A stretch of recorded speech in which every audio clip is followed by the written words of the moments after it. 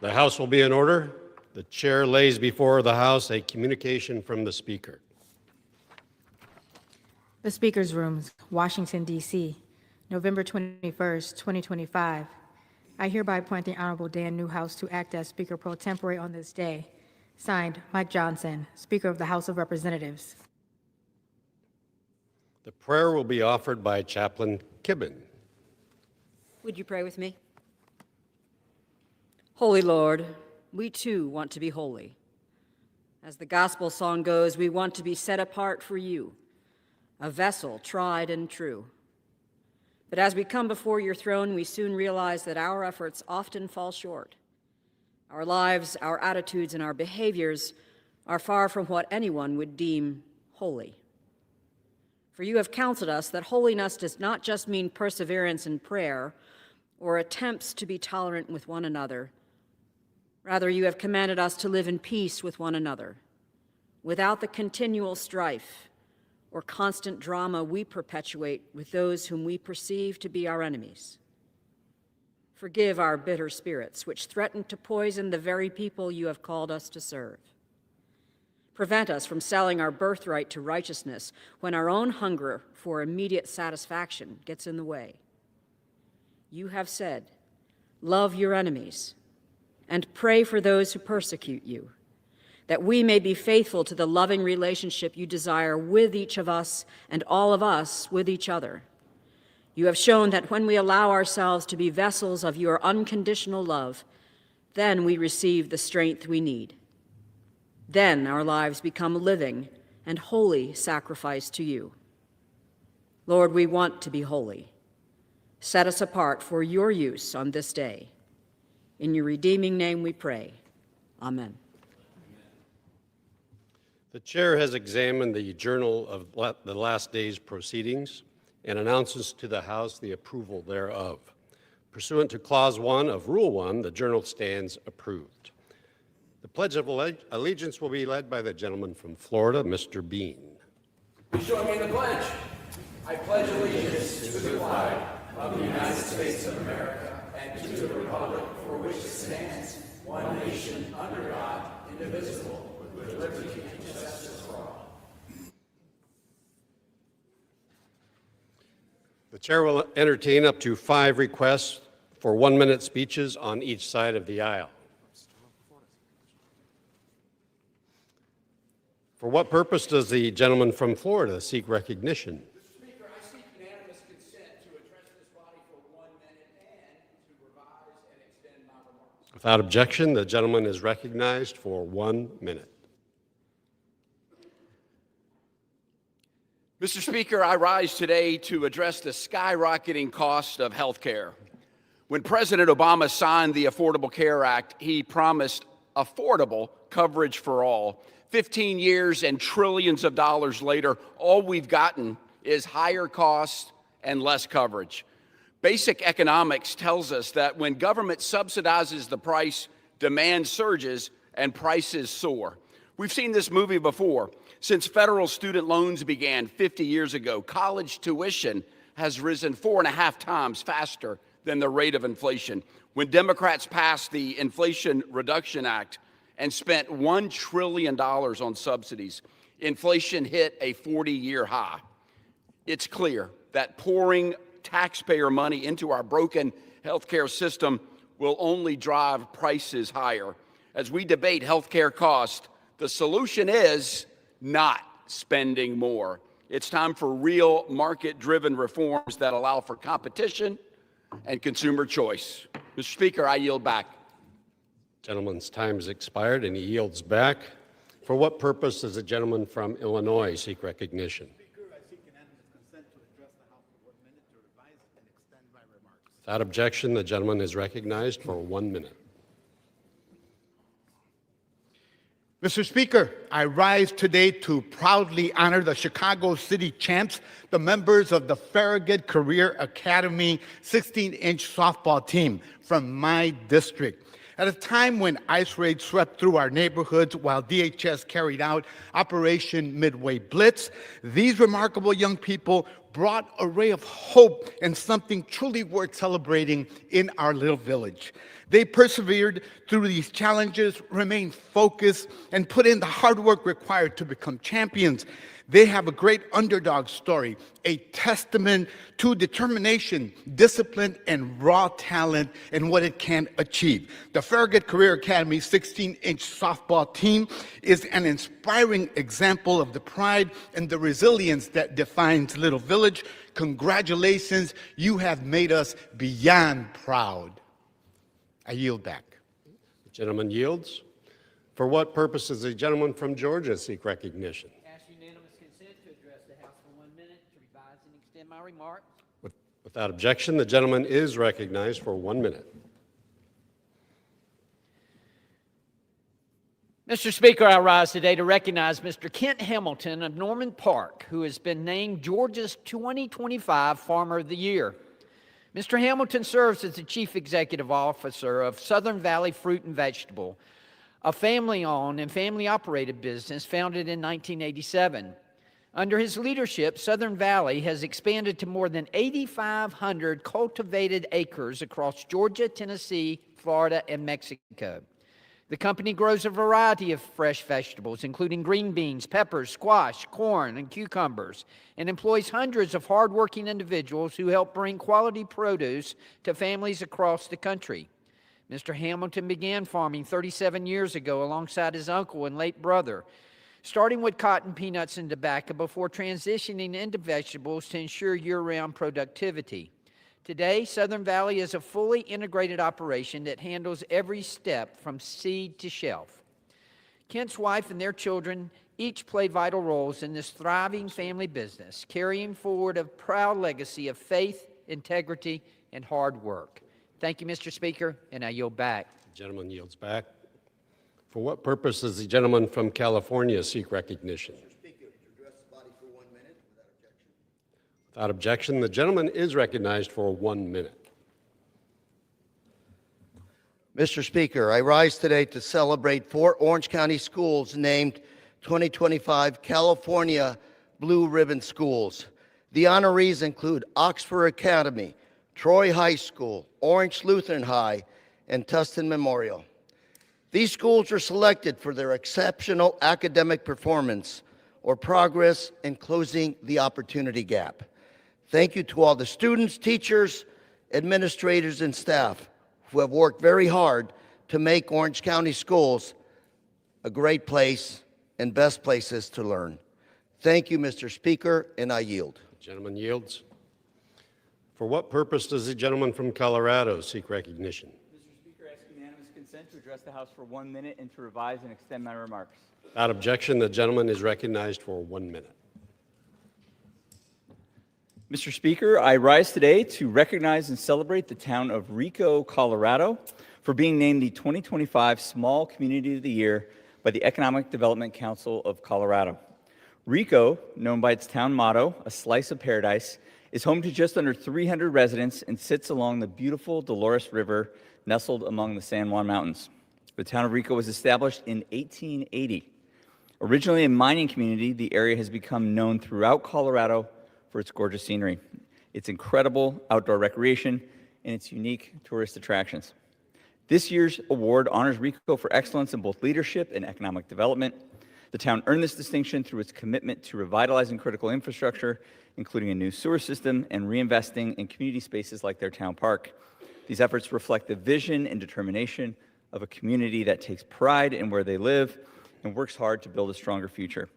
Rico exemplifies what it means to be a small town community in western Colorado. Its commitment to progress and service will continue to enrich the lives of many Coloradans. I extend my heartfelt congratulations to the town of Rico for this well-deserved recognition. And with that, Mr. Speaker, I yield back. Gentleman yields. For what purpose does the gentleman from North Carolina seek recognition? Without objection, the gentleman is recognized for 1 minute. Mr. Speaker, I pay special tribute to my friend A.B. Swindell, who peacefully passed on October the 23rd. A proud son of Eastern North Carolina, A.B. was an Army veteran, a 50-year Mason, a lifelong outdoorsman, a talented storyteller, and a committed public servant. He built a distinguished career as a beloved teacher and wrestling coach, served on the Oxford City Council, served as an assistant to Representative Tim Valentine, and served a decade in the North Carolina State Senate. He was well known for not only his humor and grit, but also his practical leadership, deep respect for education, his lapel pin, and unwavering advocacy for Eastern North Carolina. AB was devoted to his best friend and wife, Diane, and his children, Russ, Walton, William Joseph, and grandchildren who knew him as Pop. I extend my heartfelt condolences to Diane. Regardless of all the talk with Miss Francis, you know who he loved, and he was happy to enjoy life with you and to his family. I'm grateful to have known AB, and we're fortunate for his remarkable life of service. I yield back. Gentleman yields back. For what purpose does the gentleman from Wisconsin seek recognition? Speaker, I ask for unanimous consent for 1 minute to address the House. Without objection, the gentleman is recognized for 1 minute. Thank you, Mr. Speaker.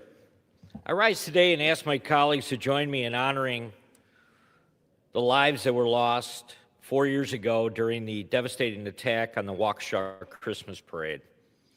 On November 21st, 2021, Waukesha was enjoying its 58th annual Christmas Parade, a time where the community joyfully comes together in celebration of the Christmas season. Tragically, the parade was halted when an individual committed a senseless act of violence that took the lives of 6 people: Willem Hospel, Virginia Sorensen, Leanne Owen, Tamara Durand, Jane Kulich, and Jackson Sparks. He also injured over 60 others. Today, I introduce a resolution honoring the memories of those who lost their life on that fateful day and recognizing Waukesha's strength after the tragedy. Since the attack, I have been heartened by the resilience demonstrated by the community of Waukesha through a mural, statue, and soon-to-be unveiled sculpture. Waukesha has not only preserved the legacy of those who are no longer with us, but also given the community hope as they recover. Thank you, Speaker. I yield back. Gentleman yields back. For what purpose does the gentleman from Minnesota seek recognition? Without objection, the gentleman is recognized for 1 minute. Mr. Speaker, I rise today to remember the lives of Justin Reinhardt and Tabitha Trescott, 2 individuals whose lives were senselessly taken on November 2nd in the close-knit community of Hanska, Minnesota. Justin served 17 years with the Hanska Fire Department. He took great pride as a first responder, never giving a second thought to doing anything he could to help others.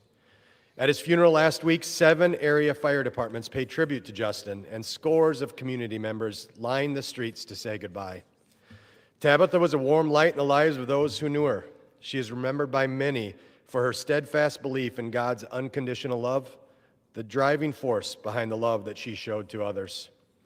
Hanska, a town of just a few hundred residents, has been shaken by this tragedy that has left our community heartbroken for the families of Justin and Tabitha, especially their children, who are left to carry on without them. I'm honored here today to pay tribute to Justin and Tabitha, and may their lives and their contributions to southern Minnesota never be forgotten. I yield back. The gentleman yields back. Under Clause 5D of Rule 20, the chair announces to the House that in light of the resignation of the gentlewoman from New Jersey, Ms. Sherrill, the whole number of the House is now 432.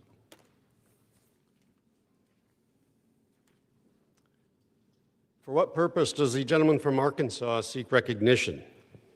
Mr. Speaker, pursuant to House Resolution 879, I call up the concurrent resolution, House Concurrent Resolution 58, and ask for its immediate consideration in the House. The clerk will report the title of the concurrent resolution. House Concurrent Resolution 58, Concurrent Resolution denouncing the horrors of socialism. Pursuant to House Resolution 879, the concurrent resolution is considered as read. The concurrent resolution shall be debatable for 1 hour, equally divided and controlled by the chair and ranking member of the Committee on Financial Services or their respective designees. The gentleman from Arkansas, Mr. Hill, and the gentlewoman from California, Ms. Waters, each will control 30 minutes. The chair recognizes the gentleman from Arkansas. I thank the Speaker. Mr. Speaker, I ask unanimous consent that all members may have 5 legislative days to revise and extend their remarks and include extraneous material on the concurrent resolution under consideration. Without objection. I yield myself such time as I may consume. Mr. Speaker, a yes vote on this resolution should be a relatively straightforward, easy decision. It simply states that Congress denounces socialism in all its forms and opposes the implementations of socialist policies in the United States of America. It's a statement that I would hope all of our elected leaders in the United States, up and down our system of government, could support. Socialism ignores the side of man and woman that is the spirit. It dulls the human capacity for self-initiative, entrepreneurship, risk-taking. For those that have concerns about the resolution, I just invite you to read it. It outlines the pain and hardship experienced by millions around the world who have suffered under socialist regimes. This is something that the sponsor of the resolution, Congresswoman Salazar of Florida, has focused on combating for her entire career. Congresswoman Salazar is the daughter of Cuban exiles and was born in Miami's Little Havana. Representative Salazar has led the charge against socialist policies. This resolution today is just one example of her commitment to her constituents and our entire nation. The contrast between the successful policies under market capitalism and the freedom associated with particularly our robust democracy here in America and socialism across the world and in history could not be starker. I cannot express this enough. This resolution is just not a messaging bill, or as some from across the aisle have called it, a waste of time. It's not that. To the people and the families who have experienced the horrors and atrocities associated with socialist regimes. So I want to thank Congresswoman Salazar for her work on this. I urge my colleagues to vote on both sides of the aisle a vigorous yes on this resolution, and I reserve the balance of my time. The gentleman from Arkansas reserves. The gentlewoman from California is recognized.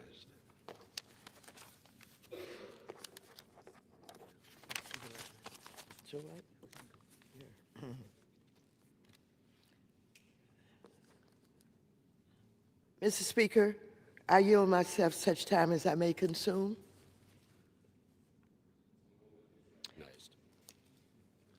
I wish we were here on the House floor this morning debating solutions that would reduce grocery bills, lower housing costs, end Trump's tariffs strangling American small businesses and manufacturers, solve the Republican health care crisis, or any legislation that allows Americans to afford to live through the catastrophic economic policies of Trump and the Republicans. But instead of doing the work of our constituents desperately want us to do, Republicans in the House have chosen once again to advance a resolution under the guise of denouncing, quote, socialism. Let me be clear. This resolution is an embarrassing distraction from the complete and total failure of the Trump administration to deliver actual results for the American people. And the American people see right through it. 61% of Americans say that Trump's policies have worsened economic conditions in this country, quote unquote. And 64% of Americans say Trump policies are raising the prices of food and groceries. What's worse is that this very resolution, goes further by using the specter of socialism to undermine some of the most important government programs in our country, like Social Security, Medicare, Medicaid, and Obamacare, programs that help everyday Americans put food on their plate and care for their children. Republicans absurdly think they can convince Americans these programs that are decades old are leading America toward a Stalinist Russia, even though it is blatantly obvious that the policies of Donald Trump are straight out of a dictator's playbook. Mr. Speaker, the House returned this week from the Trump Republican shutdown, the longest government shutdown in American history. And while House Republicans gave themselves a paid 2-month vacation, hundreds of thousands of federal employees were left wondering how they were going to pay their rent or mortgage, and 42 million Americans nearly lost their food assistance. And what was the Trump administration doing? Instead of working with Congress to end the shutdown or with local communities to blunt the impacts of the shutdown, it decided to use the full force of the United States government to make sure these American families went hungry, fought twice in the Supreme Court to block legally available funds for being used to help feed them, further chipped away at the Consumer Financial Protection Bureau, and fired an entire office dedicated to helping rural and struggling communities. The Community Development Financial Institutions Fund. All of this because Republicans want to raise the cost for people with Obamacare, health insurance. 22 million Americans will see their monthly health insurance premiums double, and up to 5 million Americans will likely lose their insurance altogether. Where is the Republican plan? Where's the plan? Where's the plan to deal with all of this? They don't have one because they think keeping health care costs low is socialist. If Republicans truly cared about denouncing authoritarian socialism, they'd start with the Trump administration.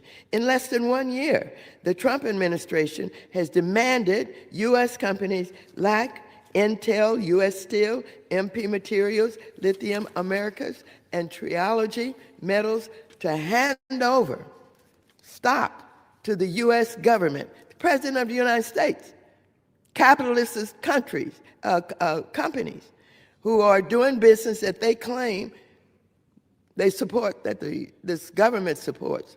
Trump is also considering forcing Lockheed Martin to do the same. Why are my colleagues who are so quick to tout their capitalist leans silent when Trump follows China's communist tactics? The double standard is astounding. This resolution also seeks to condemn atrocities committed by despotic regimes such as Joseph Stalin and Mao Zedong, while everyone in this chamber agrees should be condemned. But somehow, once again, this resolution fails to condemn some of the history's most terrible dictators like Adolf Hitler and modern-day dictators like Vladimir Putin, who is responsible for killing countless people in Ukraine, or President Tsai, who basically runs actual concentration camps for ethnic minorities. Why aren't House Republicans denouncing these dictators when we, as Congress, can actually do something to stop? Probably because President Trump has said he thinks Putin has done, quote, a great job, quote, unquote, and is a genius. Or maybe because he thinks President Tsai is really a friend of mine, quote, unquote. In time with these authoritarian regimes, just last week, Trump said Democrats in the House and Senate had committed seditious behavior, punishable by death, and reposted a post saying, "Hang them." We should be working as Congress to denounce these horrific words, not beloved government programs like Medicare and Medicaid. And just as those authoritarian regimes are often rife with corruption, the Trump family is also doing everything possible to enrich itself. Since taking office, they have issued their own stablecoins and meme coins and various crypto products, even as Congress was in the middle of considering legislation and regulators were drafting rules. In fact, the Trump family is more than $1 billion richer from crypto alone since Trump took office, and Trump's billionaire buddies have also made fistfuls of money as the rest of America struggles to just put food on the table. The access is so great that Trump is literally tearing down the White House to build a golden ballroom, sending $40 billion to bail out Argentina and his billionaire buddies, and hosting Great Gatsby theme parties at Mar-a-Lago. This resolution is a huge waste of time and does absolutely nothing to lower costs or solve any of the problems that our country faces. I urge my colleagues to vote no on this resolution, and if they keep it up, I'm going to name all of the Republicans who took PPP money. Is that socialism? I'm going to name them who are taking advantage of other programs that they call socialist. I'm going to do it if they keep this up. I urge my colleagues to vote no on this resolution, and I reserve the balance of my time. The lady from California reserves. The gentleman from Arkansas is recognized. I thank the Speaker. I always enjoy my good friend from California's long lectures to this House on her views about current events. Always grateful for her point of view. I would share from my perspective that the shutdown was born fully and responsibly, or irresponsibly perhaps, by the United States Senate, by just a handful of Democratic senators with their leader, Mr. Schumer, that refused to keep the government open while we continue debates about something we do every day here, which is what are the ways and means to fund the American government. This body, in this House, under Speaker Mike Johnson, with bipartisan vote, I might add, had a clean continuing resolution to keep the government open for those 42 days. Yet in the Senate, 14 times, Senate Democrats denied funding to air traffic control, denied funding to farm assistance, denied funding for all the federal programs, inconveniencing states, hurting families, hurting federal workers, and perhaps unlike some, I certainly gave up my pay for those 42 days by direction to this House that I was not going to be paid personally as a member of Congress while we see this kind of lack of responsibility out of the Senate. But today we're talking about here in the most vigorous democracy in the land, in our 250th year, we're talking about rejecting socialism that punishes freedom, punishes individual action, tears families apart. That's what we're here to talk about. We're not here to rattle down about current events. So, the gentlewoman from Florida, Congresswoman Salazar leads our Western Hemisphere subcommittee in the House Foreign Relations Committee. And what better person, Mr. Speaker, to have this responsibility? Born in Little Havana in Miami, daughter of Cuban exiles, let her tell you how cushy life was under Castro's communist socialist dictatorship. I yield the gentlewoman 5 minutes. From Florida is recognized for 5 minutes. Thank you.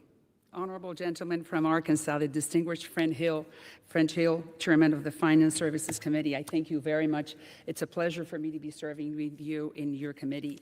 And I'm just going, before I start, before I explain to this body why I'm introducing this resolution. When I was a journalist covering stories for Univision Network, I interviewed many people who had lost their legs or their brothers or sisters in the middle of the ocean trying to get to Miami, and the sharks ate them up.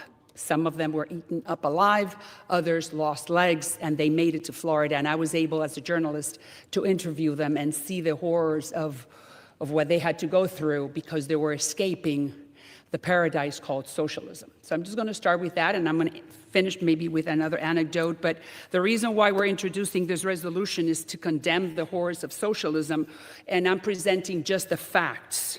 And I invite my colleagues on the other side to vote to condemn this nefarious ideology. This has nothing to do with political parties. This is not a Democratic issue. This is not a Republican issue. This is a moral vote against an ideology that has destroyed millions and millions of families. Many of them, I serve those families in District Number 27, the heart of the city of Miami, the heart of the Cuban exile community, and now the Venezuelan community, and murdered more than 100 million lives, besides crushing hundreds of thousands of other families and individuals. Unfortunately, socialism and Marxism crushes the human soul. And it's not just my community in Miami, millions of Cubans who had to flee. And it's the rest of the hemisphere and the rest of the world. Just look at Russia, look at North Korea, look at Iran. And what a coincidence that today President Trump is receiving in the White House the mayor-elect, Mr. Mondani, from the city of New York, or from New York City. And I salute the president for receiving Mr. Mondani because he won fair and square, and that's the way democracy works.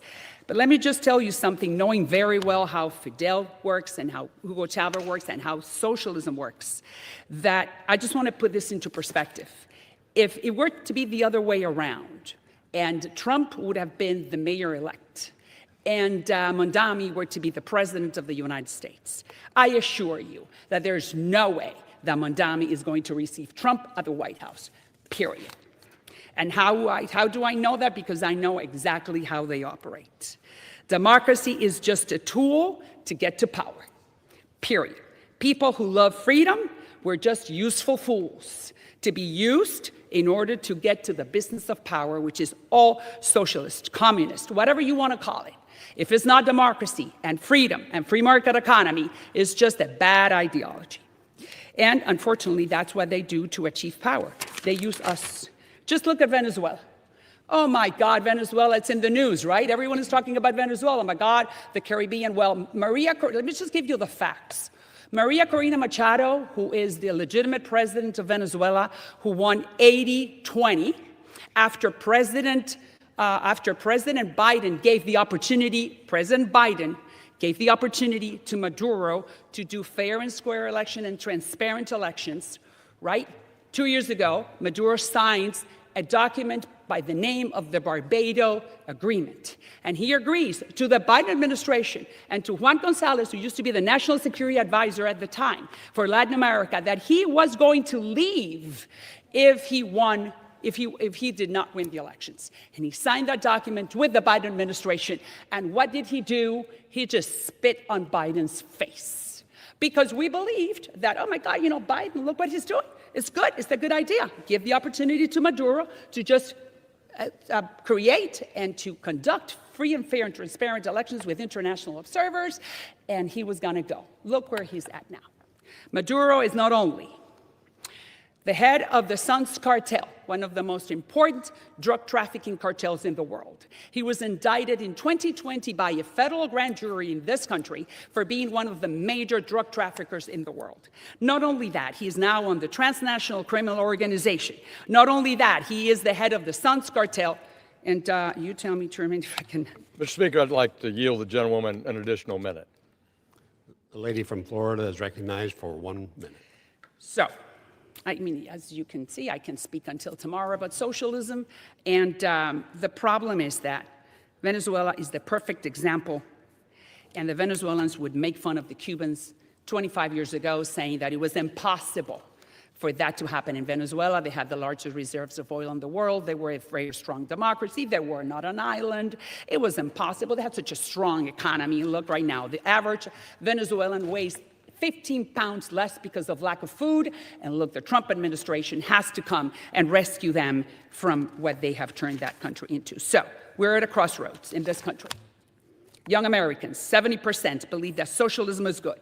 1 in 3 believe that government should control major industries. 1 in 4 says that we should abolish private property. It's my duty as the representative, District Number 27, the heart of the Cuban exile community, to tell this body it's time to denounce socialism in this country, because just like it happened to the Venezuelans, it could happen to the Americans. I yield back. I reserve, Speaker. Lady from Florida reserves, the gentleman from, or yields, excuse me, the gentleman from Arkansas reserves, the gentlelady Thank you from very much. California For is those recognized. who are expecting their Social Security checks this month, turn them down if you think that's socialism. I yield 3 minutes to the gentleman from Connecticut, Mr. Himes, who is also the ranking member of the Permanent Select Committee on Intelligence. Thank you. Gentleman is recognized. Thank you, Mr. Speaker, and thank you very much, Mrs. Waters. Although I must say I'm a little confused. I'm not going to frame this as a parliamentary inquiry, but I'm very, very confused. We've just gotten back from a 2-month paid vacation in which federal employees didn't get paid, in which we started a war without congressional approval, in which electricity prices went up for 70 million Americans, in which inflation is rocking along at 3.5%. So I thought we were going to be in this chamber talking about affordability. By the way, my friends on the Republican side just got shellacked in an election, from C to signing she, where the word is affordability. They got shellacked on affordability. And what did we do this week? Congressman Norman, a guy who put a .38 Smith & Wesson on the table when he met with mothers demand action on gun safety, a man who called for martial law to stop the peaceful transfer of power, to stop Joe Biden from becoming president, he decided that Stacey Plaskett should no longer be on the Intelligence Committee. We spent half a day on that. Congresswoman Mace, who is Congresswoman Mace, decided that Corey Mills should no longer be on committees, and apparently we may do another one. So I prepared a speech on affordability. Lots of good ideas on how to make stuff cheaper. It says it right there. Lots of good ideas on how to make stuff cheaper. Good idea number 1, get rid of tariffs, which are a tax on bananas, coffee, vegetables, pasta sauce, pasta, television, automobiles, burgundy, fine French claret for my Republican friends over there. Number 2, stop canceling generation projects which will make electricity cheaper. That was my speech. But instead, we're here to denounce the horrors of socialism. Okay, not what I was prepared to talk about. If I were prepared to talk about it, I would point out, I guess, 2 things. Number 1, if you've ever cracked a book or talked to somebody, you would know that socialism is different than communism. And there have been socialist countries, and the chairman and I both come out of a highly capitalist industry, banking. There are socialist countries that have exhibited horrors, like Denmark, like Finland, any number of other socialist countries. Communism, and in fact, if this resolution said communism, I suspect we wouldn't even have to debate it, because who likes communism? Anyway, I would make that point if I were interested in having this debate. Or I might point out, and I welcome the Republican majority and finally cotton on to the fact that we are living in the most socialist administration in 2.5 centuries. What's the definition of socialism? Again, if you crack a book, you'll see that it is state control over the means of production.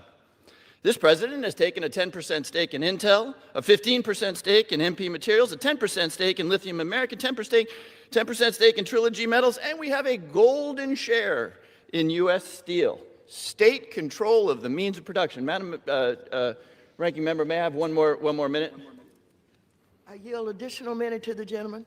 Gentleman from Connecticut is recognized for an additional minute. So if the definition of socialism is political control over the means of production, welcome to the great socialist state of the United States of America. The other definition, by the way, has to do with command and control. Those are words we remember from the communist era. Command and control. Well, holy smokes, there is not a media company, There is not a law firm, there is not a university that has not been subject to the command and control of the Oval Office. The president has demanded money. Looks a little like extortion to me, but in order to avoid making a personality, let's just call it dividends. The president has demanded dividends from any number of companies. This is command and control. So I'm not actually interested in having that debate because I think we would all agree on much of this stuff, including the fact that we are now living in one of the most socialist countries on the planet. But what I really want to do is talk about affordability, which is what the American people care about. And until we're prepared to debate affordability, I yield back. I yield back. The gentleman from Connecticut yields back. The gentlelady from California reserves. Members are reminded to refrain from engaging in personalities toward the president. The gentleman from Arkansas is recognized. I thank the Speaker. I want to yield 2 minutes to the gentlewoman from California who grew up, Mr. Speaker, in Korea, and as a young girl immigrated here to the United States of America. She knows the truth of post-war Korea and how challenging it was, and compared the Korea of her childhood to the Korea of today. Democracy, freedom, vigorous democracy, amazingly vigorous democracy in Korea today. But Ms. Kim is now the chairwoman of our Asia Pacific Subcommittee on Foreign Affairs. What a transition, and what a great voice to condemn socialism. I yield 2 minutes to the gentlewoman from California. Lady from California is recognized for 2 minutes. Thank you, Chairman. It's such an honor to stand here to strongly support the House Concurrent Resolution 9. As a Korean American who grew up in the aftermath of the Korean War, I have witnessed the horrors of socialism firsthand. I always say, if you want to see the difference between socialism and freedom, just look at the Korean Peninsula at night. South Korea shines with opportunity. North Korea is trapped in darkness. Time and time again throughout history, socialism has led to disaster, starvation, imprisonment, and the death of over 100 million people worldwide. My own family lived those horrors. My mother-in-law risked her life crossing the DMZ lines multiple times to rescue loved ones from the North Korean regime. To this day, tens of thousands of Korean families remain separated by a system that tears apart communities and crushes basic human dignity. Now more than ever, as socialist ideas gain traction here at home, and as our nation's largest city and financial capital has elected not just a socialist, but a communist as mayor, we must firmly demand our capitalist free market system, which empowers Americans of all backgrounds to achieve freedom, opportunity, and prosperity. I know what America represents because I remember my first glimpse of freedom as a young girl, looking up wide-eyed as U.S. soldiers tossed candy from their trucks in the communities that I lived. Today, as one of the first Korean American women to serve in Congress, that freedom tastes just as sweet. Gentlelady's time has expired. I yield the gentlewoman 30 seconds. Stories like these can only happen in America. As a member of Congress, I will always fight for the American dream and for our free market system that keeps it within reach for everyday Americans. Thank you, and I yield my time. The lady from California yields. The gentleman from Arkansas reserves. The lady from California is recognized.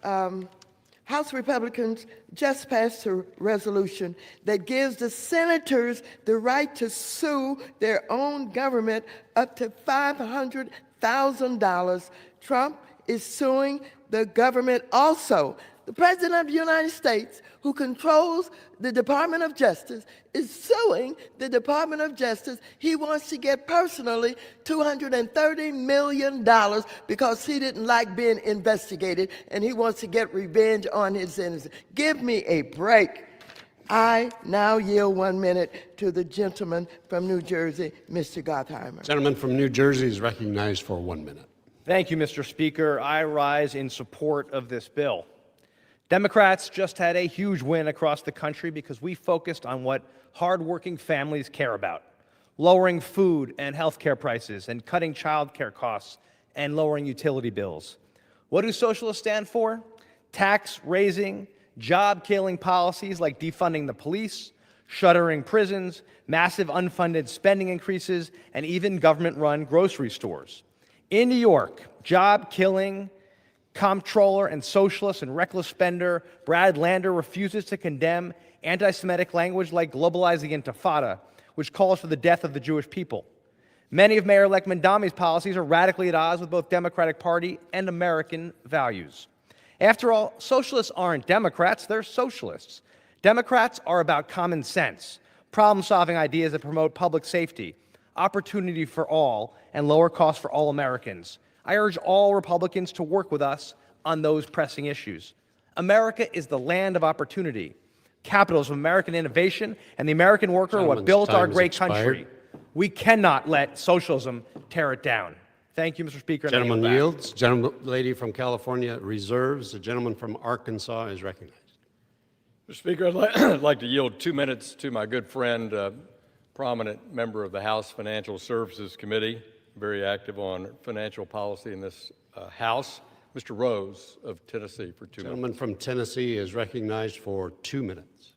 Thank you, Chairman. Mr. Speaker, I rise today in support of House Concurrent Resolution 58, entitled Denouncing the Horrors of Socialism. It's a shame that I have to defend the obvious, but it's necessary because, unfortunately, across the nation, progressive Democrats are increasingly cozy with a failed, discredited ideology.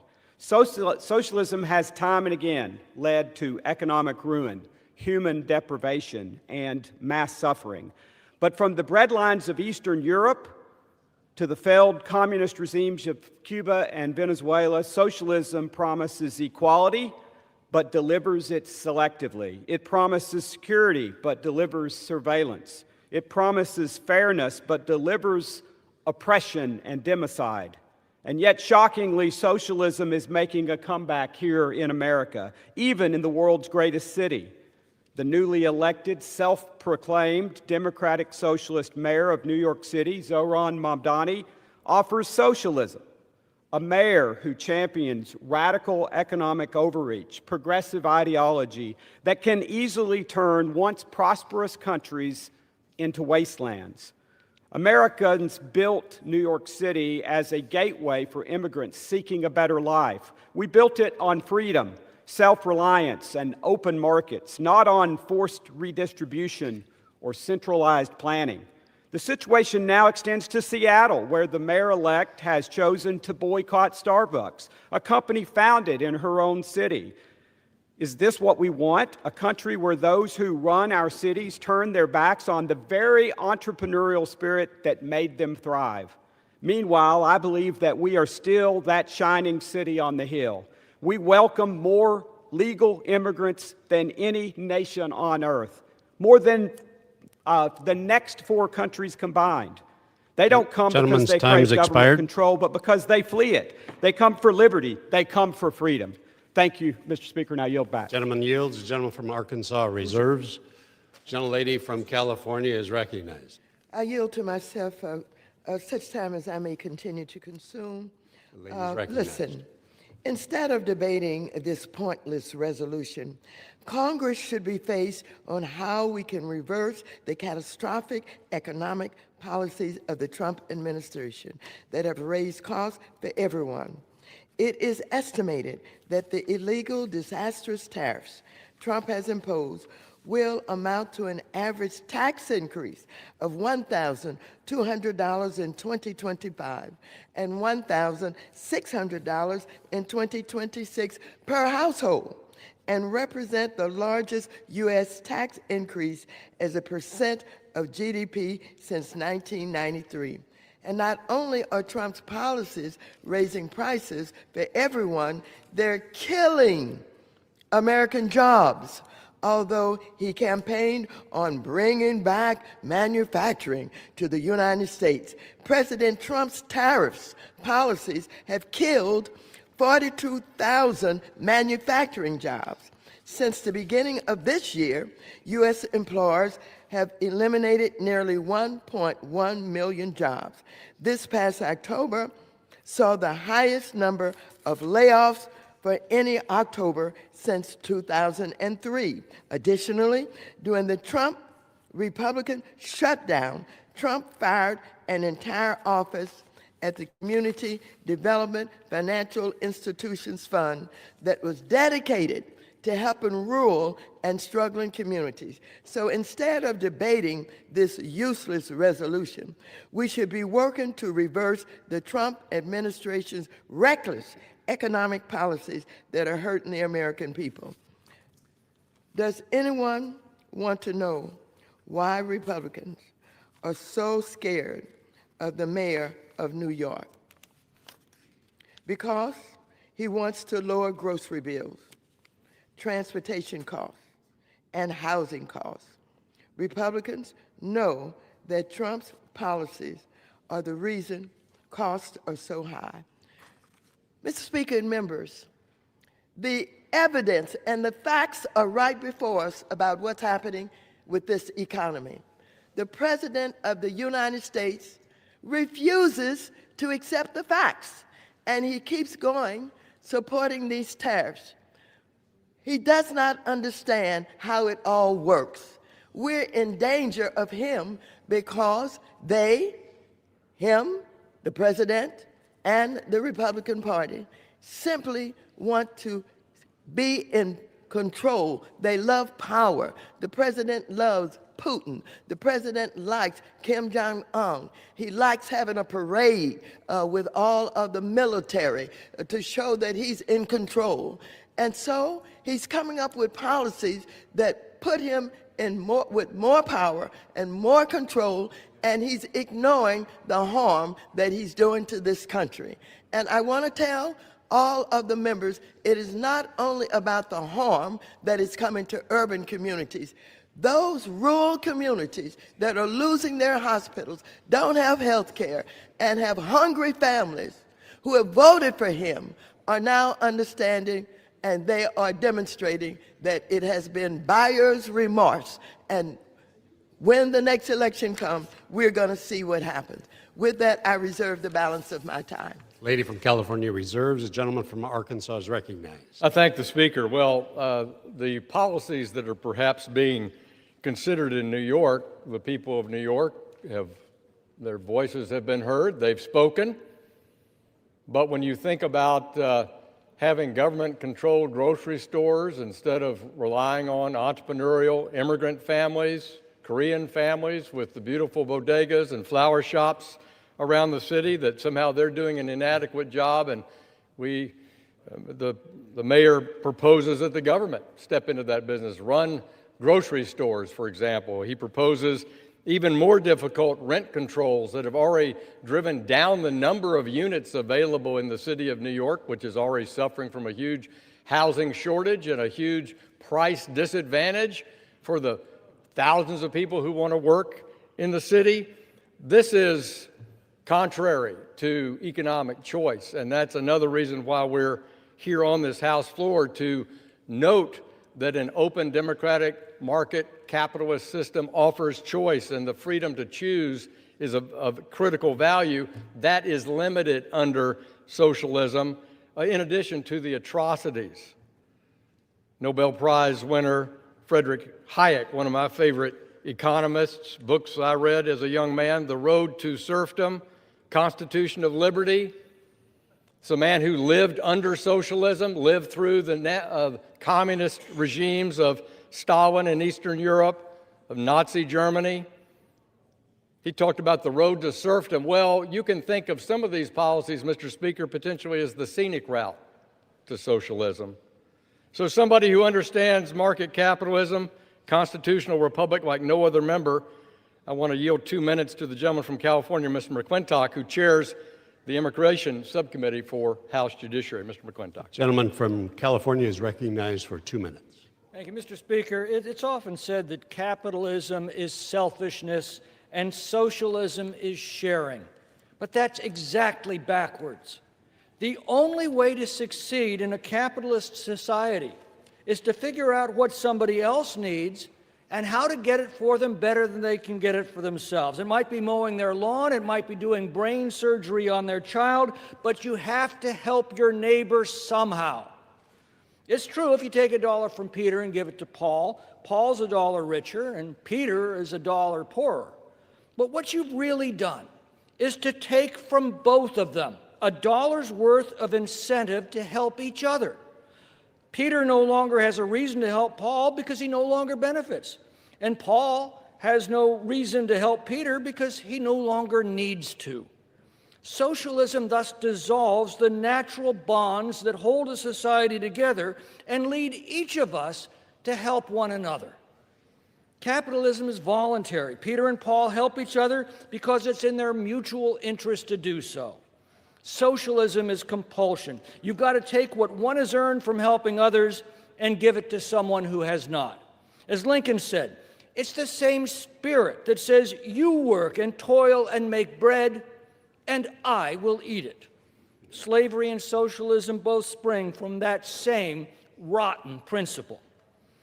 Many societies have succumbed to the siren song of a benevolent, all-powerful government, only to awaken one morning to find the benevolence is gone and the all-powerful government is still there. Let that not be the epitaph of the United States of America. The history of human society can be summed up in just 4 words. Freedom works, socialism sucks. Yield back. Gentleman yields back. The gentleman from Arkansas is reserves. The lady from California is recognized.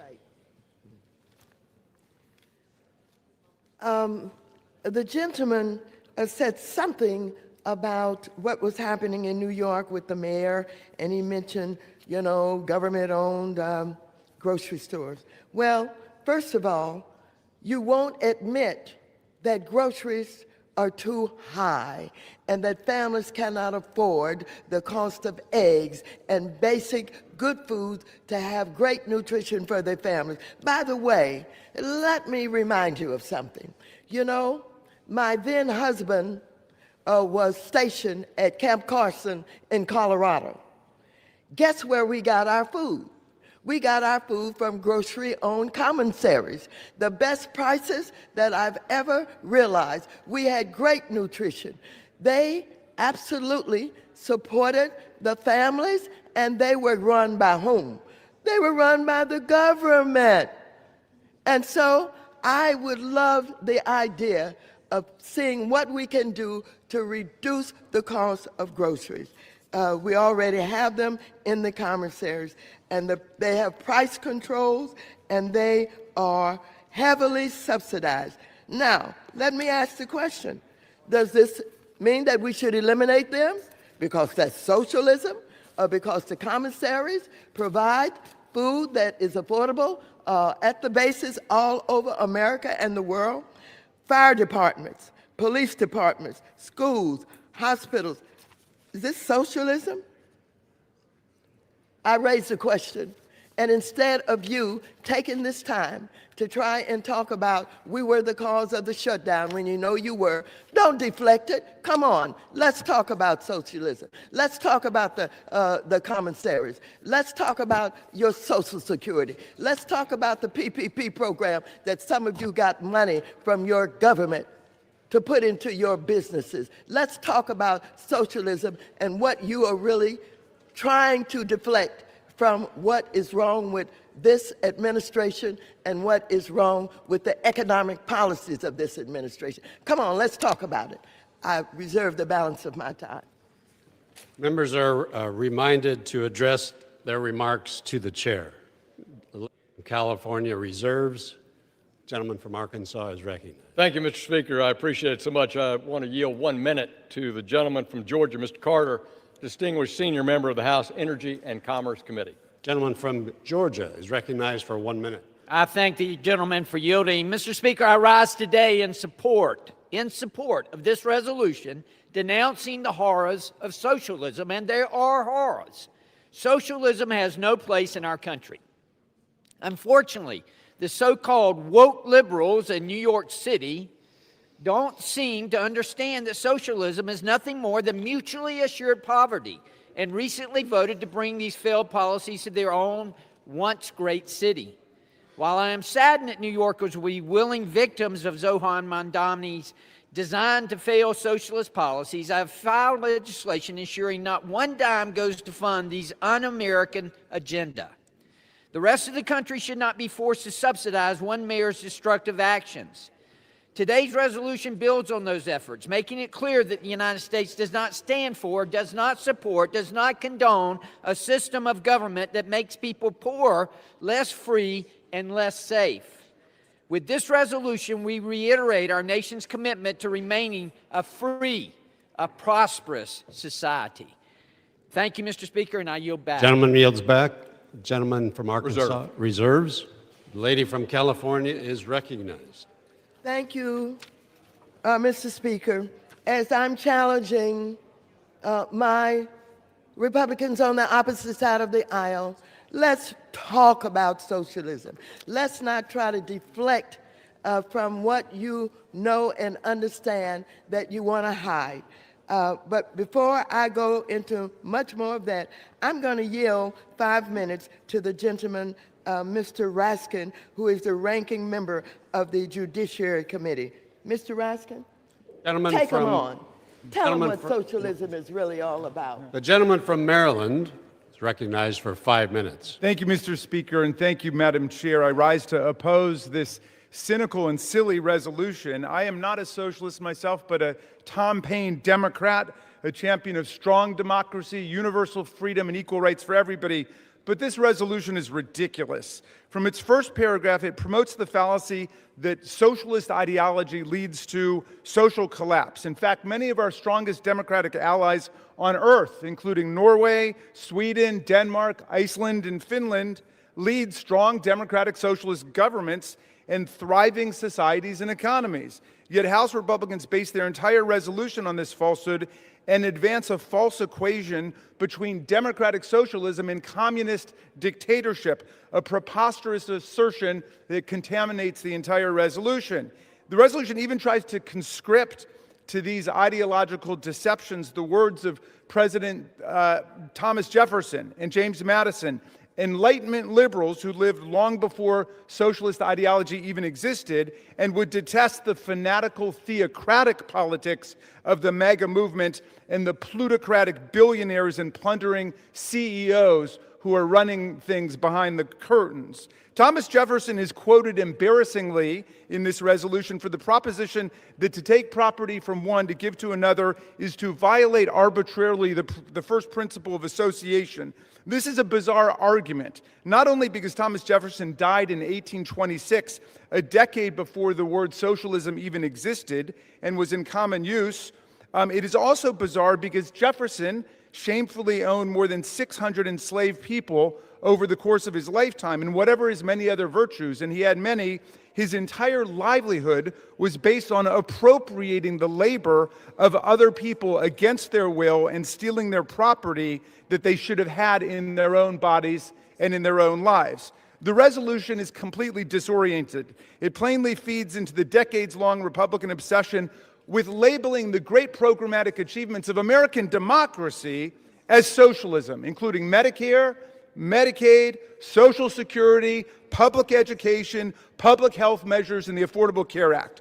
By defining essential democratic public programs as socialist and claiming that socialism inevitably leads to Stalinist communism and social collapse, these plutocrat Republicans are plainly working to undermine the living standards of the working class majority of America and rip up the social fabric of the country. Meantime, President Trump's heroes and best friends in the world are communist dictators. If House Republicans really want to oppose the promotion of socialist ideology, why don't they write a letter to President Trump and condemn his worship and admiration of Stalinist dictator Kim Jong-un of North Korea? Quote, "We have a unique relationship and a very special friendship." Former KGB officer Vladimir Putin, who said that the collapse of the Soviet Union was the greatest catastrophe of the 20th century, Of him, Trump says, Putin, very smart. Will he become my new best friend? And what about the chief of the Chinese Communist Party, President Xi? Trump describes him as a brilliant man. He's got the look, the brain, the whole thing. President Trump has no problems with the actual horrors of communism today, like the Chinese government's massive human rights violations against the Uyghurs, the Tibetans, and political dissenters in their country. Quote, well, he's a brilliant guy. He controls 1.4 billion people with an iron fist. Or how about Vladimir Putin's persecution and poisoning of human rights and anti-corruption activists like Alexei Navalny?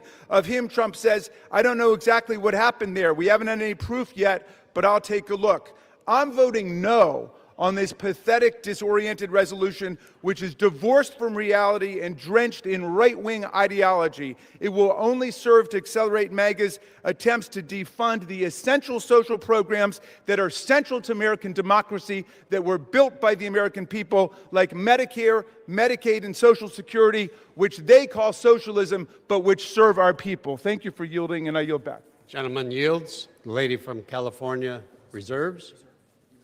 I reserve the balance of my time. Lady from California reserves the balance of her time. The gentleman from Arkansas is recognized. I thank the Speaker. I want to yield 3 minutes to the gentlewoman from New York, Ms. Malliotakis, who serves on the House Ways and Means Committee, who's firmly opposed to socialism. Lady from New York is recognized for 3 minutes. Thank you, Mr. Speaker. Let me educate our colleagues on the other side of the aisle. Socialism is communism light. Socialism is the first step to communism. Socialism is the antithesis of the American dream. Because in this country, we believe that regardless of where you come from or how you started, if you work hard, if you sacrifice, if you play by the rules, you can succeed. And that only happens in a country where you have freedom, where you have liberty, where you have self-determination, and you have the free market. In contrast, socialism is the belief that you work hard, you sacrifice, you do everything right, and the government can take what you earn from you to keep it for themselves or to redistribute it to whoever they choose. Millions of immigrants in this country fled their homeland to come to the United States to escape socialism and communism. Just ask your constituents from Russia, from Poland, from Albania, from China, from Korea, from Vietnam, from Venezuela, or Cuba, where my mother fled in 1959 to escape the very things that our new socialist mayor in New York City says he wants. A socialist who says he wants to seize the means of production. He wants to abolish private property rights. He wants government-run supermarkets. Yes, he says he's a socialist. But guess what, my friends? Those are policies straight out of the communist playbook of Karl Marx. So there is no difference between socialism and communism. And where these policies were tried, yes, they failed. Look at Venezuela, nearby country, self-proclaimed socialists. They destroyed the richest country in South America. They implemented these government-run supermarkets, and they have empty shelves. Venezuelans lost an average of 20 pounds due to starvation. They promised free, universal health care, and now they have a severe shortage of medical supplies, of medicine, of doctors. It's a horrible system. They seized the means of production, and it led to hyperinflation and complete economic collapse, which is why you had all these Venezuelans trying to come over our border illegally. You know, sadly, New York City chose to learn the hard way what socialism is. And we, those of us who did not vote for this guy, are going to pay the price. But it's up to all of us to fight back, to educate our youth, and to contain this ugly monster so it does not spread and destroy our country. Gentlelady's time has expired. Gentleman from Arkansas. Mr. Speaker, the House is not in order. I would agree. Members are reminded to take their conversations off the floor. The House has not been in order. Gentleman from Arkansas. Reserve. Reserves. Gentlelady from California Thank you. is recognized. I'd just like to say that the Republicans are confusing socialism with despotism or authoritarianism. Gentlelady will suspend. The members are again reminded to please take their conversations from the floor. The gentlelady from California is recognized. Again, Republicans are confusing socialism with despotism or authoritarianism. Despots try to control the press, education, the system of justice. Despots send the military against their own citizens. Despots try to control the economy. Despots arrest their own citizens, including children, in the middle of the night. Let me just say that the young lady talked about working hard, and socialism, robs families of what they've worked hard for and what they've earned. Well, I want to ask you, what is this administration doing when it takes 10% equity stake in Intel, 15% equity stake in MP Materials, and 10% equity stake in Lithium Americas, 10% equity stake in Triology Metals, and a, quote, golden share in U.S. Steel Corporation? What is that? Now, the Republicans have tried to confuse you on what is socialism and even called it communism light. That is an absolute distraction from what we're discussing here today. Communism is communism, socialism is socialism, and a government run by someone who is not taking into consideration the facts and the harm and the threat that they're doing to education, the attempt to take over law firms, the attempt to tell some of the finest universities in this country what they can teach and what they cannot teach, and I repeat, giving away our money to a country, $40 billion at a time when that money is so desperately needed in this government.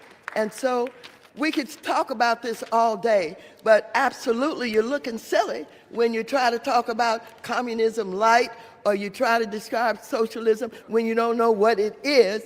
And so I am saying that I denounce this administration, this Trump's family, and all that is going on that's undermining our democracy.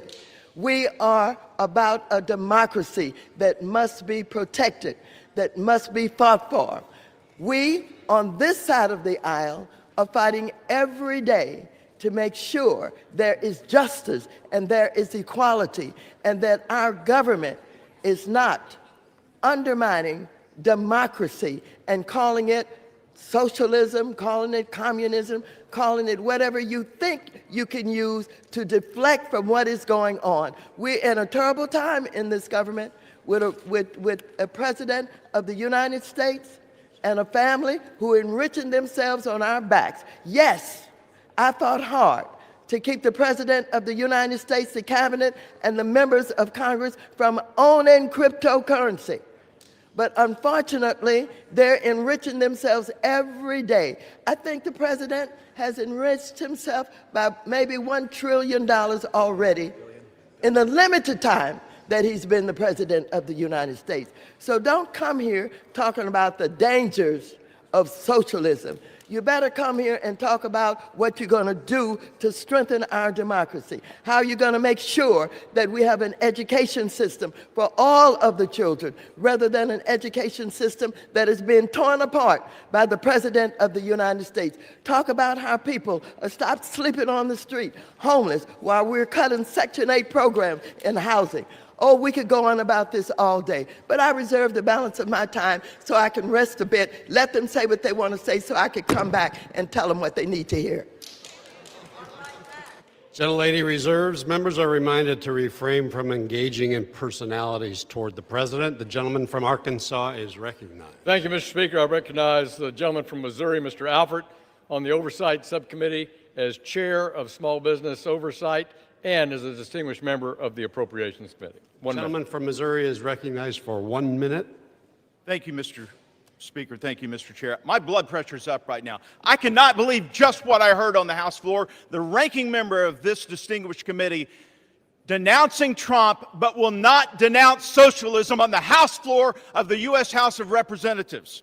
History is clear. Socialism kills people. It leads to deaths of tens of millions, crushes religious liberty, and destroys free markets.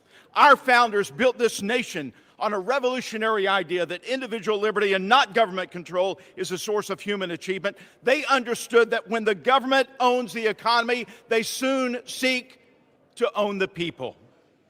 I hope people who are watching right now on C-SPAN or on the news get what's going on in this body today. This side is against socialism. That side is for socialism. I am disgusted with what's going on in this body.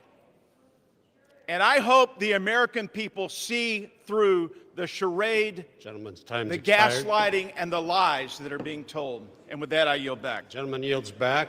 Gentleman from Arkansas. A reserve. Reserves. The gentlelady from California is reserve recognized. the And balance just a of my reminder time. that she has 1 minute remaining. Gentleman from Arkansas is recognized. How much time remains, Mr. Speaker? Gentleman from Arkansas has 5 1/4 minutes remaining. I thank that, Mr. Speaker. I want to again call on my friend from South Florida. But before I do that, Mr. Speaker, the House is not in order.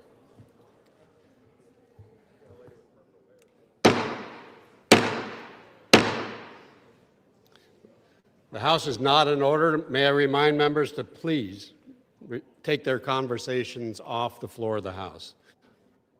You have the misfortune of having a speaker who is half deaf. So, gentleman from Arkansas is recognized.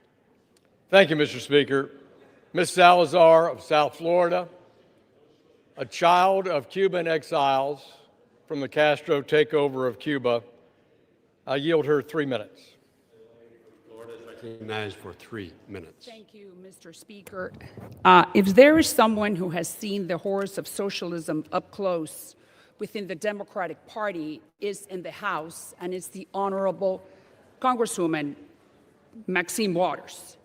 And I would love for you to support this resolution specifically, because Madam Waters, for decades, you traveled to Cuba dozens of times to visit Fidel Castro personally, whom you consider your friend.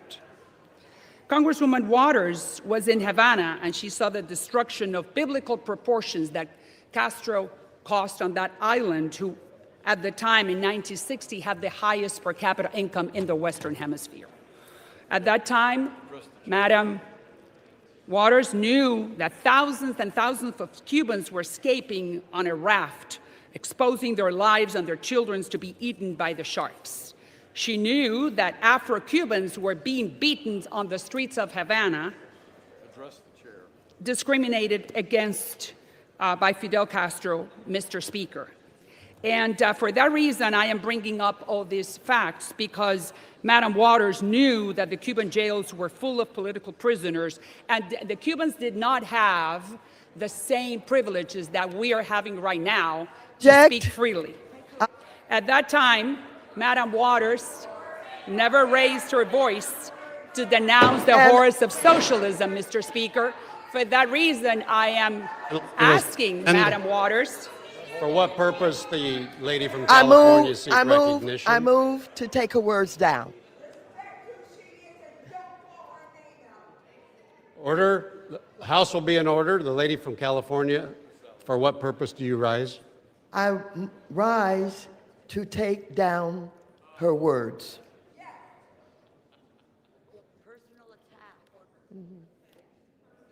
Lady from Florida, please be seated. I'd ask the clerk to please report the words.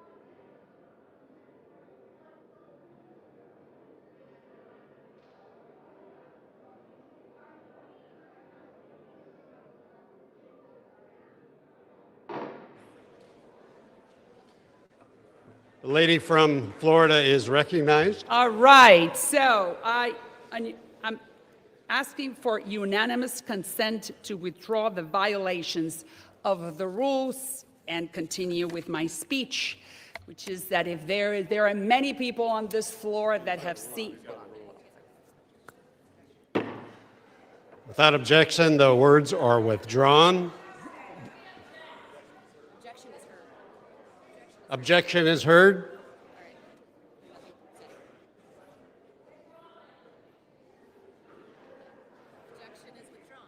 The objection is withdrawn. The gentlelady from Florida, her request is accepted with unanimous consent. The gentlelady from Florida is recognized.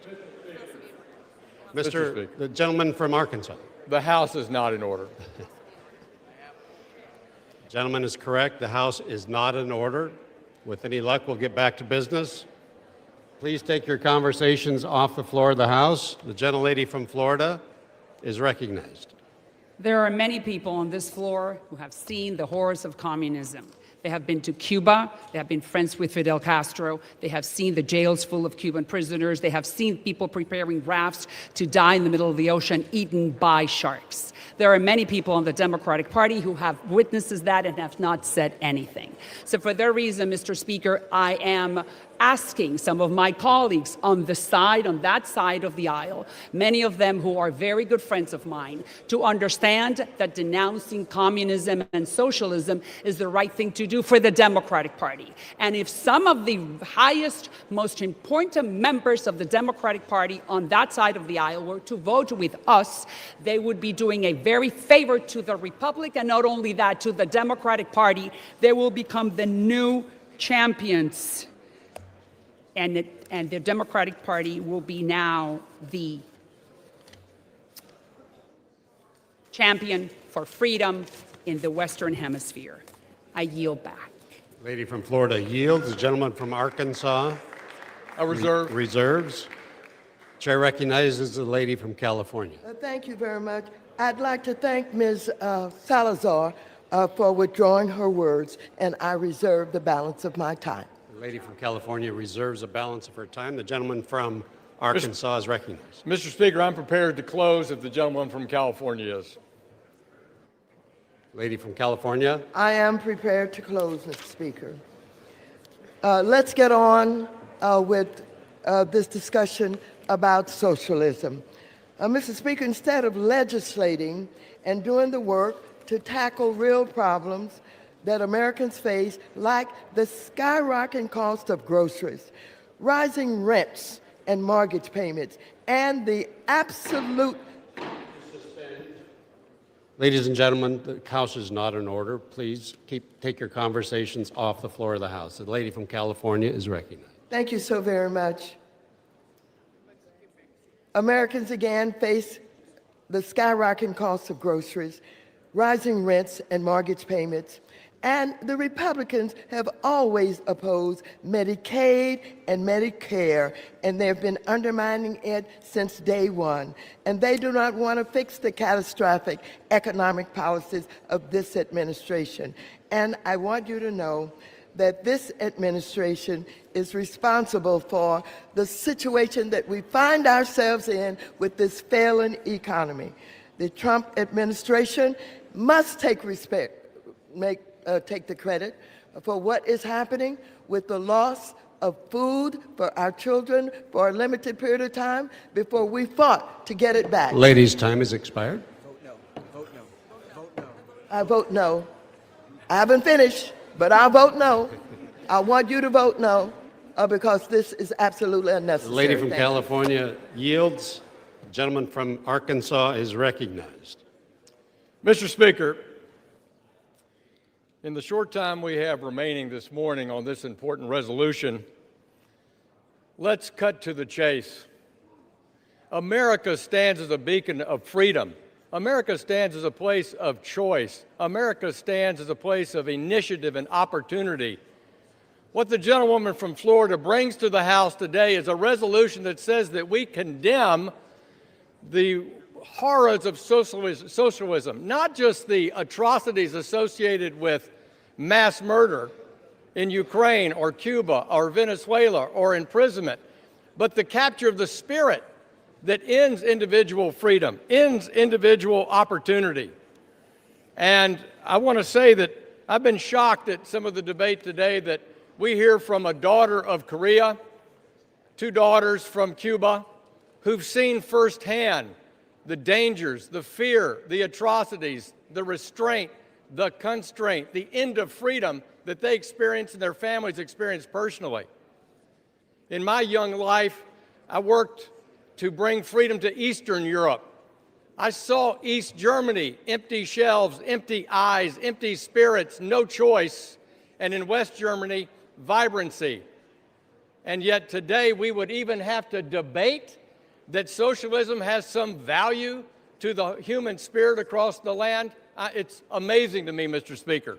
So I urge a yes vote on this resolution. Whether you're a Democrat, a Republican, old, young, no matter what your political philosophy is, let's unite on this floor and reject the evils of socialism. I yield back the balance for my time.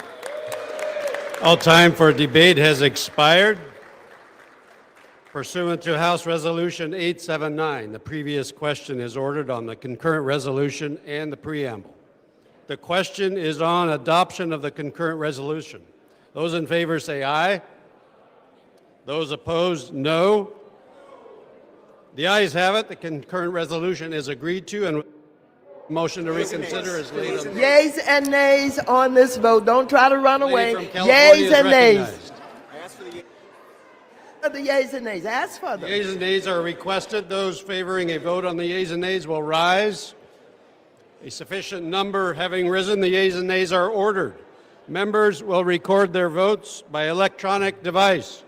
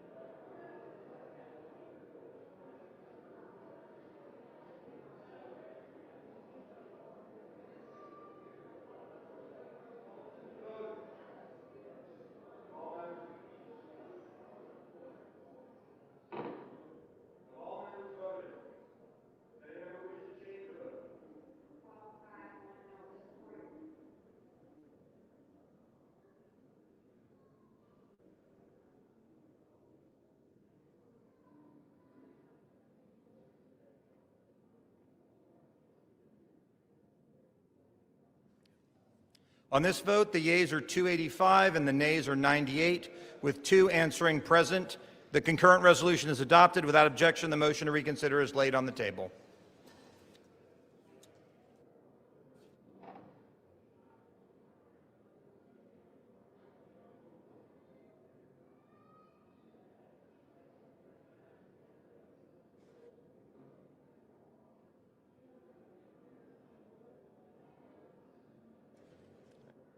And then you vote.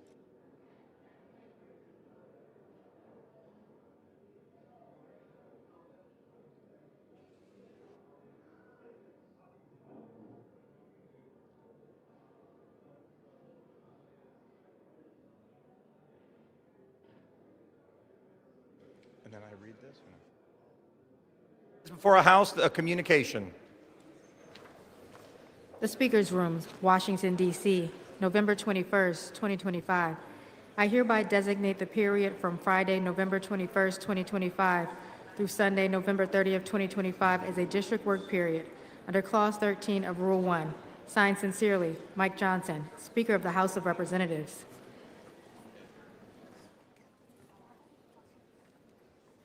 The House will be in order. Members are reminded to take their conversations off the floor.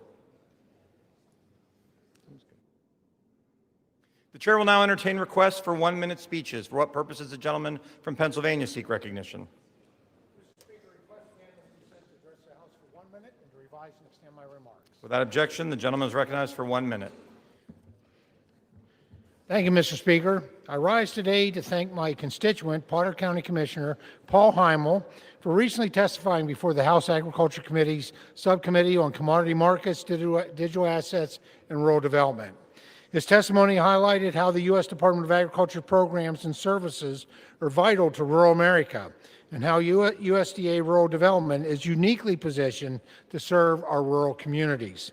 As a county commissioner for 18 years, Paul has prioritized criminal justice reform, arts and culture, community development, rural advocacy, veteran services, and environmental stewardship. Just this year, he received the Public Leadership in the Arts Award at the 2025 National Association of Counties Annual Conference. Recognizing his community-driven approach to addressing rural population decline through strategic arts and culture investment. The National Award, presented by NACO and Americans for the Arts, celebrates county elected officials who utilize the creative economy for community development. Before serving as county commissioner, he worked as a newspaper reporter and editor, corporate public relations manager, and as a freelance writer and historian. Mr. Speaker, I thank Commissioner Heimel for his dedication to Potter County and rural America. Thank you, Mr. Speaker, and I yield back the balance of my time. For what purpose does the gentleman from New Mexico seek recognition? Without objection, the gentleman is recognized for 1 minute. Mr. Speaker, me levanto hoy como un orgulloso nuevo mexicano que vive en el mejor país del mundo y que denuncia las acciones de ICE, porque en este país todos tenemos derechos y todos tenemos dignidad. ICE ha usado una fuerza excesiva y discriminatoria en sus detenciones. Agentes han arrestado a padres y madres violentamente frente a sus hijos en nuestras escuelas, iglesias y hasta en las mismas cortes, donde residentes legales llegan a seguir el proceso legal. Pero ¿qué es lo que no está haciendo ICE? No están enfocando en los criminales violentos que representan las amenazas reales en nuestras comunidades. Ya no les importa. Lo vi de primera mano cuando visité un centro de detención en mi distrito, cuando ICE me confirmó que 80% de las personas detenidas no enfrentan cargos criminales. Por eso mi proyecto de ley, el Humane Accountability Act, exige supervisión y datos sobre estos arrestos, detenciones y expulsiones. En este país, todos tenemos derechos y no podemos tolerar la discriminación racial. Basta The gentleman's con time estas has expired. injusticias. The gentleman will provide a translation to the desk. For what purpose does the gentleman from Utah seek recognition? Speaker, I ask unanimous consent to address the House for 1 minute and to revise and extend my remarks. Without objection, the gentleman is recognized for 1 minute. Mr. Speaker, today I rise to highlight the Salt Lake Temple of the Church of Jesus Christ of Latter-day Saints. Pioneers began constructing the temple in 1853, and what they created over the course of 40 years is one of the most remarkable feats of engineering for its time. They had no cranes or modern-day machinery. Instead, they relied on grit, community, and a collective vision to make a building that would stand the test of time. They accomplished this goal. The temple has foundation walls that are 16 feet thick and 16 feet deep, and a spire of 210 feet topped by the famous 12-foot Angel Moroni statue. When it was dedicated in 1893, journalists were impressed with its infrastructure and facilities, including its impressive design, plumbing, heating, and cooling systems, and electricity. Beyond the temple's state-of-the-art infrastructure, the pioneers who built it showed exemplary sacrifice. For instance, a stonemason, John Moyle, walked 20 miles every Monday morning from his farm in my hometown of Alpine to Salt Lake City to work on the temple. Even after his leg was amputated, he made himself a wooden leg so he could continue his long journey to work on the temple. The temple was built to last through the millennium, and Thank you, Mr. Speaker, and I yield back. My time was just expired. For what purpose does the gentlewoman from Oregon seek recognition?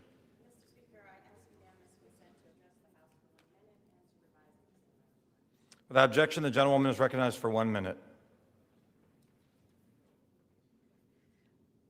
Mr. Speaker, Mr. Speaker, Mr. Speaker, the beginning of this month marked the start of open enrollment for health care. As Oregonians have started to select their plans, constituents of mine have been writing in. They're seeing plans that are hundreds, if not thousands of dollars more. Without subsidies, David from Bend's monthly health insurance costs will go from $50 to $600 to $700 a month, which would put health care out of reach for him. Annie, also from Bend, shared with me that her costs could jump to almost $1,700 per month. There are countless more stories like these, Mr. Speaker, and that is unacceptable. No family should have to choose between getting the care they need and putting food on the table. I'll keep fighting to protect health care, lower costs, and make life easier for my constituents.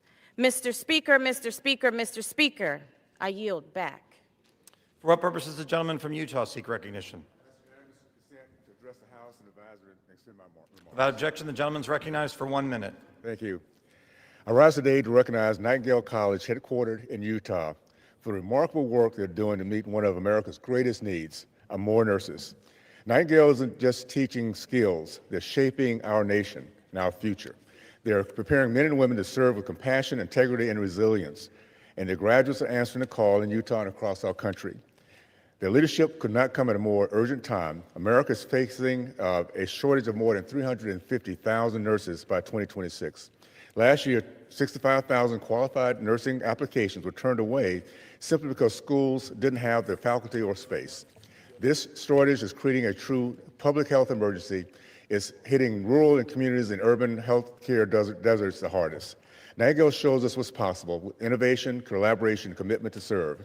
We can rebuild clinical workforce and ensure every American has access to high care and high quality care. To our nurses, thank you. To Nightingale, keep leading. And to my colleagues, let's follow that example. Thank you, and I yield back. For what purpose does the gentleman from Arizona seek recognition? Mr. Speaker, I ask unanimous consent to address the House for 1 minute and revise and extend my remarks. Without objection, the gentleman is recognized for 1 minute. Thank you very much, Mr. Speaker. I rise today with deep concerns about the Trump administration's policies that will increase homelessness in America. Last week, in the middle of a funding cycle, HUD changed their continuum of care grant criteria, cutting funding for permanent supportive housing by over 50%. Local housing organizations will owe landlords rent checks on January 1st with no guarantee they'll have the funds. 170,000 of our fellow Americans will risk falling back into homelessness. Before I served as mayor of Phoenix, I chaired Maricopa County's continuum of care. We put our funding where it made the biggest impact. Proven, effective solutions like permanent supportive housing. That model provides stability and access to support services while people get back on their feet. And it helps some of our most vulnerable Americans, those with debilitating disabilities, keep a roof over their heads. Behind every grant line item is a human being who has overcome great adversity to achieve stability. Trump's cuts will undo years of hard-won progress. These Americans deserve better from their government. I yield back. For what purpose does the gentleman from North Carolina seek recognition? Without objection, the gentleman is recognized for 1 minute. Thank you, Mr. Speaker. I rise today to honor the life and the heroism of paramedic Mary Jolly of Gaston County, North Carolina, who tragically passed away at just 27 years old. On November 15th, Mary stopped along Interstate 95 in Florida to help a driver who had been struck by a vehicle. While rendering aid, she herself was hit by another car and critically injured. Mary sadly died exactly the same way she lived, serving others. Since joining the Gaston County EMS in 2021, Mary distinguished herself as a highly skilled, deeply compassionate paramedic and a member of the Swift Water Rescue Team. She was named B-Shift Outstanding Paramedic in 2023, which is a reflection of her dedication and her professionalism. Her colleagues describe her as courageous and kind-hearted to every patient she encountered. It's clear that her loss is felt across Gaston County and our greater region. We extend our deepest condolences and our prayers to her family, to her friends, and her fellow first responders. With that, I yield back, Mr. Speaker. For what purpose does the gentleman from Michigan seek recognition?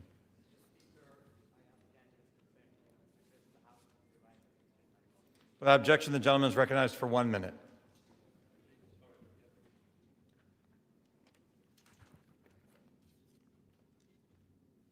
Mr. Speaker, I rise today to honor and pay my respect to the late Congresswoman Carolyn Cheeks Kilpatrick.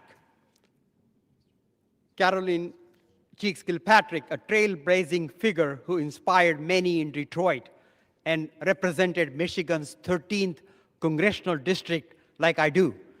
She broke a glass ceiling, becoming the first black woman to serve on the powerful House Appropriations Committee, where she brought critical federal dollars back to Detroit and its surrounding communities. And she also blazed trails as the second black woman to ever serve in the House of Representatives from Michigan.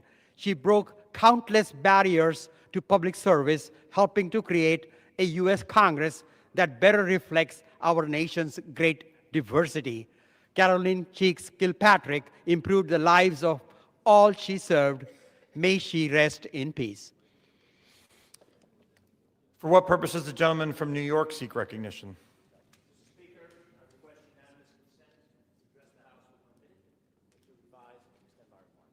Without objection, the gentleman is recognized for 1 minute. Thank you, Mr. Speaker. I rise today to express my disappointment. Last night, the House voted to task the oil and gas industry to report on the state of fossil fuel refining in the United States. They'd like to see how the United States government can do more for their industry. Drill, baby, drill. The claim being that our government needs this report to increase fossil fuel production with an implied promise but no guarantee of lower energy prices. That would be like asking for a 1905 report from the Federation of Blacksmiths on how to better change the horseshoes on a horse instead of focusing on the rising future of transportation, the automobile. So I wonder, when will Congress use its time to call for a report on the state and future of renewable energy? When will we be asking clean energy producers how the government can make it easy to bring renewables online and reduce greenhouse gases? We know that renewable energy can lower energy costs. I'll be waiting for Godot if I expect this majority to take that up. We can look to the future, or we can continue to reject the future and pander to the past. Thank you, Mr. Speaker, and I yield my time. For what purpose does the gentlewoman from Maryland seek recognition? Consent to address the House for 1 minute and to revise and extend my remarks. Without objection, the gentlewoman is recognized for 1 minute. Okay. Mr. Speaker, this past weekend, Howard County lost a giant. Former county executive Dr. Ed Cochran. A chemist by trade, he was a pioneer at the Johns Hopkins Applied Physics Lab, where he contributed to our national security. But he was also a pioneer in our community. As a member of the Howard County Board of Education, he worked to help end segregation in our schools. As a scholar at heart, Dr. Cochran was instrumental in the founding of Howard Community College. As county executive, he took our county from rural to modern and laid the foundation for many parts of Howard County's government that we today take for granted. His life and legacy will be felt deeply, from the scientific innovation he laid the groundwork for at APL to the next generation of young minds and leaders at Howard County Public Schools and Howard Community College. We are all better off because of Dr. Cochran's unwavering spirit for innovation and inquiry. My thoughts are with his 6 children, including my dear friend and colleague, Delegate Courtney Watson, his 23 grandchildren, and 13 great-grandchildren during this difficult time. Mr. Speaker, I yield back. For what purpose does the gentleman from California seek recognition? Without objection, the gentleman is recognized for 1 minute. Thank you, Mr. Speaker. This week I introduced a bill called the Essential Act, H.R. 6200. This would take the requirement to have those annoying devices in your car that shuts the engine off every time you come up to the stoplight for more than a few seconds. Now, it's supposed to be something that saves fuel, but at the end of the day, the statistics I've read show that might over a 100,000-mile life of cars save 2, 3, 4 gallons of gas. On the other side of that coin is the amount of maintenance that would potentially be required. Now, around my farm, I've changed a lot of starters, a lot of batteries, battery cables, and alternators, and things like that. All these are high-wear items, especially when you're stopping and starting the car. I've ridden around town in an Uber here to get to some of our events here and stuff, and every stoplight, engine shuts off, turns back on. And then there's a hesitation to get going again. So you get rear-ended, or you get caught in a situation for one of those things glitches. There's nothing very good about it other than that the EPA and others are trying to offer incentives that they put that stuff on there. They'll give credits to the auto manufacturers. Well, we appreciate the effort of Director Zeldin saying we're not going to force this anymore. So we need to back that up here in Congress so we don't have these obnoxious requirements to make driving worse and make maintenance even more so on automobiles. I yield back. For what purpose does the gentleman from Texas seek recognition? Speaker, I ask unanimous consent to address the House for 1 minute and revise and extend. Without objection, the gentleman is recognized for 1 minute. I rise to honor Michael Muchetti, my Chief of Staff, concluding 25 years of service. Prior to coming to Congress, he worked with me at the Texas Supreme Court as a briefing attorney. Thereafter, he practiced law and then took his Texas know-how to the United Nations in Geneva before returning here to lead my congressional team. Through shutdowns, wars, and so much history, including 4 different numbered congressional districts, Michael has been there as a steady hand, quiet in credit, relentless in our efforts, a mentor to many, and kind to team members and constituents. He has advocated for peace and nonviolence, for protecting our most vulnerable, increasing access and opportunity, advancing equal justice, and defending a democracy where every voice can be heard. He embodies the best of public service, wisdom, integrity, and compassion. He has been less my employee and more a brother in arms. Thanks to his remarkable family, Kiki, Anna, Austin, Connor, and Torben, it has been a privilege and an honor. I yield back. Gentleman yields back. For what purpose does the gentleman from Virginia seek recognition? Without objection, the gentleman is recognized for 1 minute. Thank you, Mr. Speaker. I'm so happy to be back. This is our first week back in a long time, and it's great to see all my colleagues this week since the House was closed during this entire shutdown. And one of the reasons why I was so excited was because I started hearing from the president and from the other side of the aisle that we're going to start working on lowering costs, right? And we're going to address affordability in America, finally, after 10 months into this administration.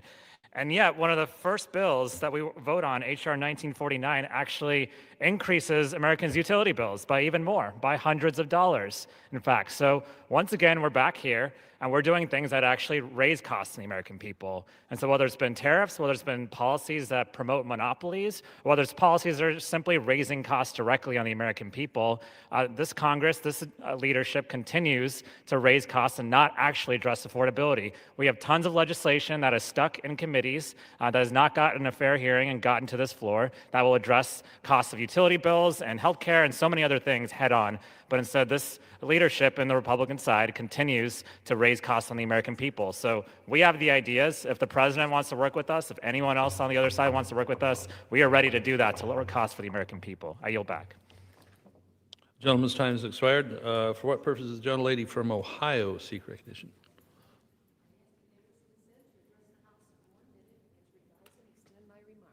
Without objection, the gentlelady is recognized for 1 minute.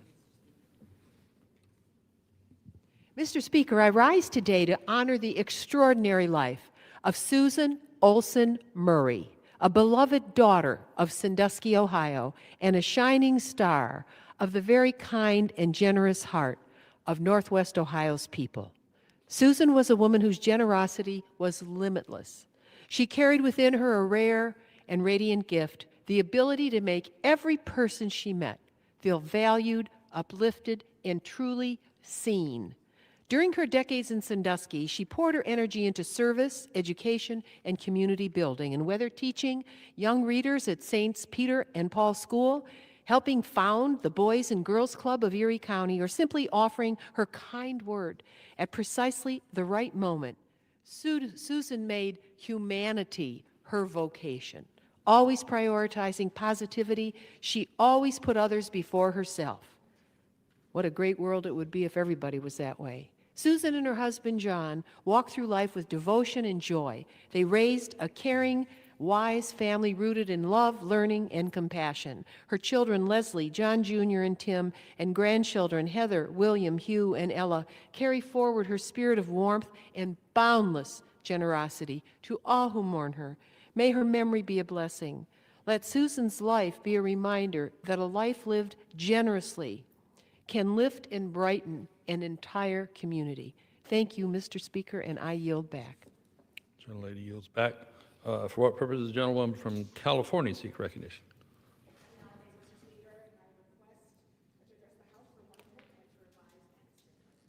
The gentlewoman is recognized for 1 minute.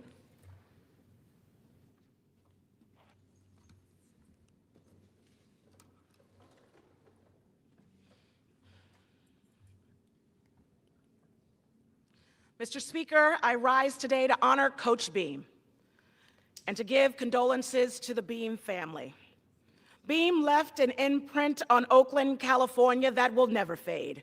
For more than 40 years, he built champions at Frick, at Skyline, and at Laney College, where he led the Eagles to titles and became one of the most respected coaches in junior college football in this nation. But the greatest victories were not measured on scoreboards.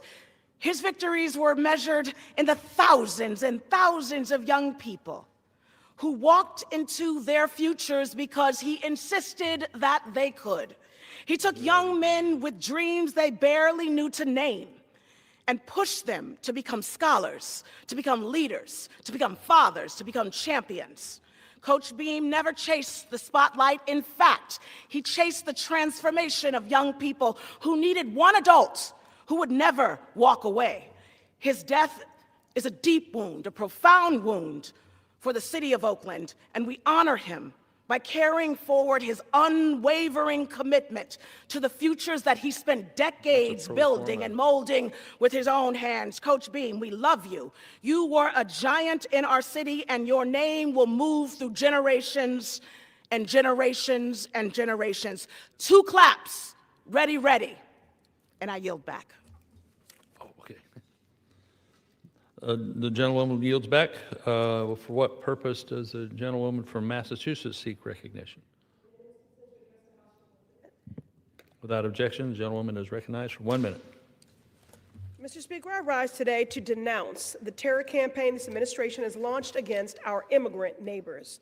At the direction of the Trump White House, masked federal agents are ripping children away from their parents' arms. They are pepper spraying moms in parking lots. They are pulling child care workers from classrooms in front of desperate toddlers. This is unacceptable. The world is watching as the United States government violates the rights and due process of our neighbors. Families are frantically trying to locate their loved ones who have been hauled away to detention centers, for-profit makeshift prisons. Prisons where meals are inevitable and medical care is denied. Prisons where women are denied cancer treatment and endure miscarriages while their screams are ignored. Mr. Speaker, this situation is desperate, and it is not the result of a natural disaster or an act of God. Instead, it is the direct action of a narcissistic, cruel dictator who occupies the Oval Office, who has contempt for every person that calls this country home. None of us is free until all of us are free. No one is truly safe in Donald Trump's America. To our immigrant families, you belong here, and I will not stop fighting for you, your rights, and your dignity. I yield back. Generally yields back. Members are reminded to refrain from engaging in personalities towards the president. Pursuant to Clause 13 of Rule 1, the House stands adjourned until 11 a.m. on Tuesday, November 25, 2025.